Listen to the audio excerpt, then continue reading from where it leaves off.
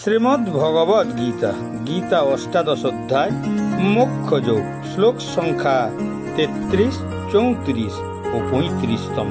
এই শ্লোকের সম্পূর্ণ বিস্তারিত বাংলা ব্যাখ্যা। ধৃত্তা জয়া ধারয়তে মনঃ প্রাণেন্দ্রিয় ক্রিয়া যোগেন ব্যভিচারিণা ধৃতি স পার্থ সাত্বিকী।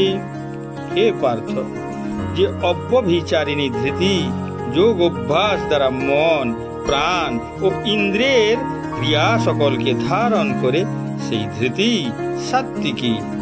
জয়া তো ধর্ম কামার্থান ধৃত্তা ধারয়তে অর্জুন প্রসঙ্গেন ফলাকাঙ্ক্ষী ধৃতি সা পার্থ রাজসী।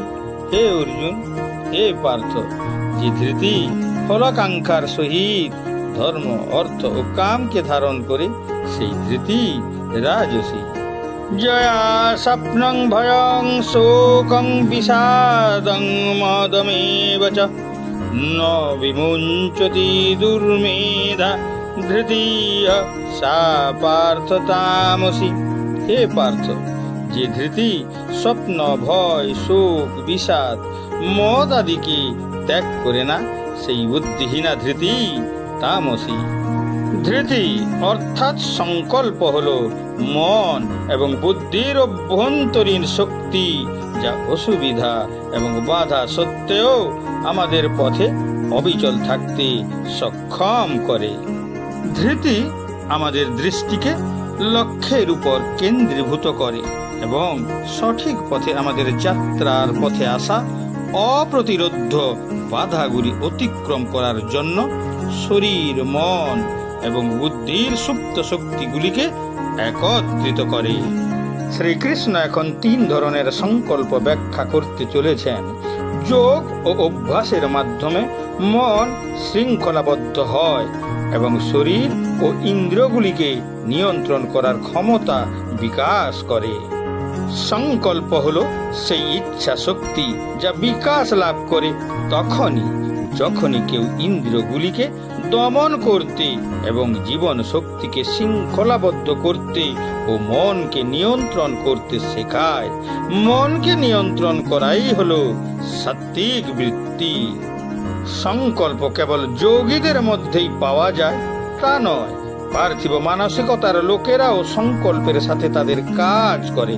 তবুও সেই আত্মাদের সংকল্প তাদের পার্থিব কর্মকাণ্ডের ফল প্রাপ্তির আকাঙ্ক্ষার খুশির দ্বারা অনুপ্রাণিত হয়। তাদের মনোযোগ ইন্দ্রিয়ের আনন্দ এবং অর্থ উপার্জনের উপর থাকে, কারণ অর্থই এই সমস্ত ধরনের বস্তুগত আনন্দ পাওয়ার একমাত্র এবং সর্বোত্তম উপায় বলে তারা মনে করে। তাই এই ধরনের লোকেরা সারা জীবন নিজেদেরকে সম্পদ ও অর্থের সাথে আঁকড়ে রাখে। শ্রীকৃষ্ণ বলেছেন যে ফল উপভোগ করার আকাঙ্ক্ষা দ্বারা অনুপ্রাণিত সংকল্পই রাজসিক প্রকৃতির হয়ে থাকে। অজ্ঞ ও অহংকারী মানুষের মধ্যেও সংকল্প থাকে, কিন্তু এ কেবল ভয়, হতাশা এবং অহংকার থেকেই উৎপন্ন হয়।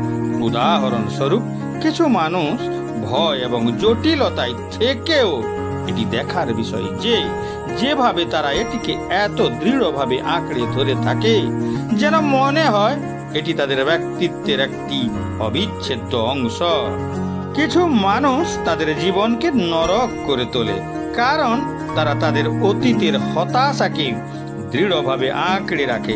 যদিও তারা জানে যে এটি তাদের জীবনের উপর ধ্বংসাত্মক প্রভাব ফেলতে পারে, তবুও তারা সেগুলিকে ভুলে যেতে চায় না।